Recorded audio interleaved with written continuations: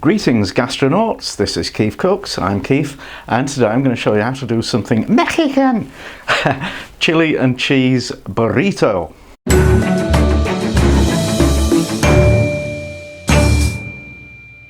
So I'm doing this for Volt Hop, who requested something Mexican. I mean, well, burrito is Mexican. What I'm putting in it is Brit-Mex, really. It's some of my chili con carne that I made the other day, and some good old British cheddar cheese and some other stuff. I am going to show you how to make flour tortillas from scratch, which is worth knowing because they're brilliant. They're a million times better than the ones you can buy.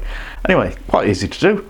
Let's do it. Okay, ingredients for the flour tortillas. I've got 250 grams of plain all-purpose flour, 50 grams of lard, 175 mils of warm water, a teaspoon of salt and a teaspoon of baking powder.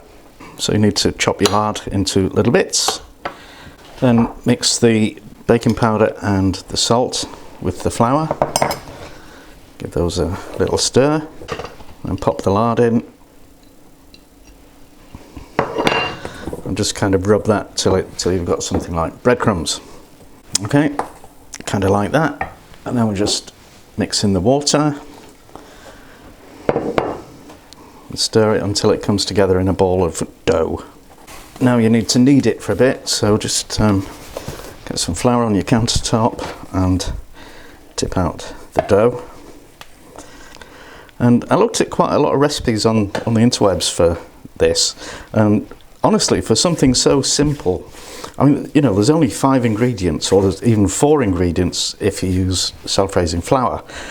There's such a lot of disagreement and disharmony and just total rubbish about how you should make them, especially the American ones, where, well, the American ones I looked at insist that you use lard, and I think they're right, but they do so in a way that makes you think they're insisting that you use a teaspoon of arsenic. You know, they're like really trying to persuade people that lard is the thing to use, whereas UK ones, like the BBC and Jamie Oliver, use olive oil. And, you know, I can't imagine that's the right thing to do for this recipe, really. Anyway, just keep on bashing away at your dough till it's nice and smooth. Now you want to take chunks of your dough and roll them into pieces about the size of a golf ball, and put them on a baking sheet. So there we go, 10 balls of tortilla dough, and I'm just going to cover those with a clean cloth and let them rest for about half an hour. Okay, to roll out the tortillas, put some flour on the work surface and just take a ball of the dough, flatten it a bit and then hit it with the rolling pin. You want it to be about 8 inches, 20 centimetre diameter, and really as thin as you can get it. And as you make each one, stack it on a plate and keep it covered with the clean tea towel to stop them drying out. Now the tricky bit with tortillas is actually cooking them. You want a hot, flat surface and no oil or anything, and you just throw your rolled out dough on, and within 30 seconds you can see it's starting to bubble. Wow, look at that. So turn it over and cook the other side. Oh, that's going crazy. So these little burnt brown bits, you don't get them on commercial tortillas, but these are the interesting bits, the tasty bits.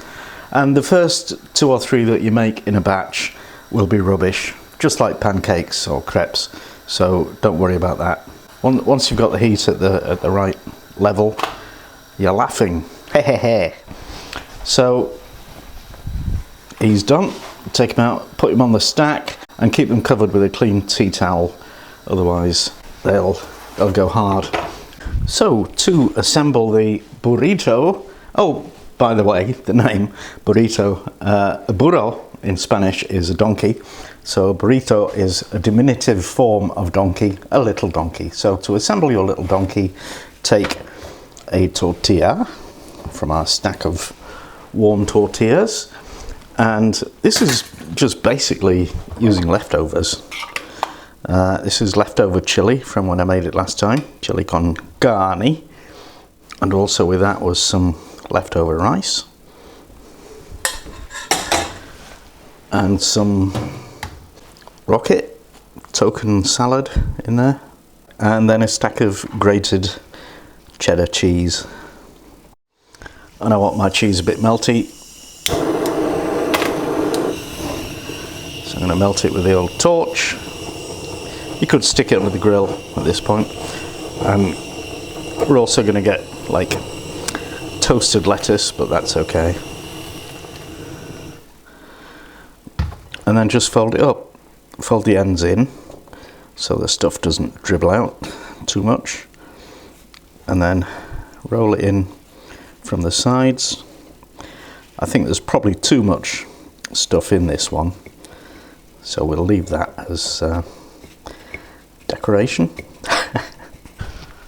So there we go, wonderful chili and cheese burrito. Messy, sloppy, gooey, wonderful.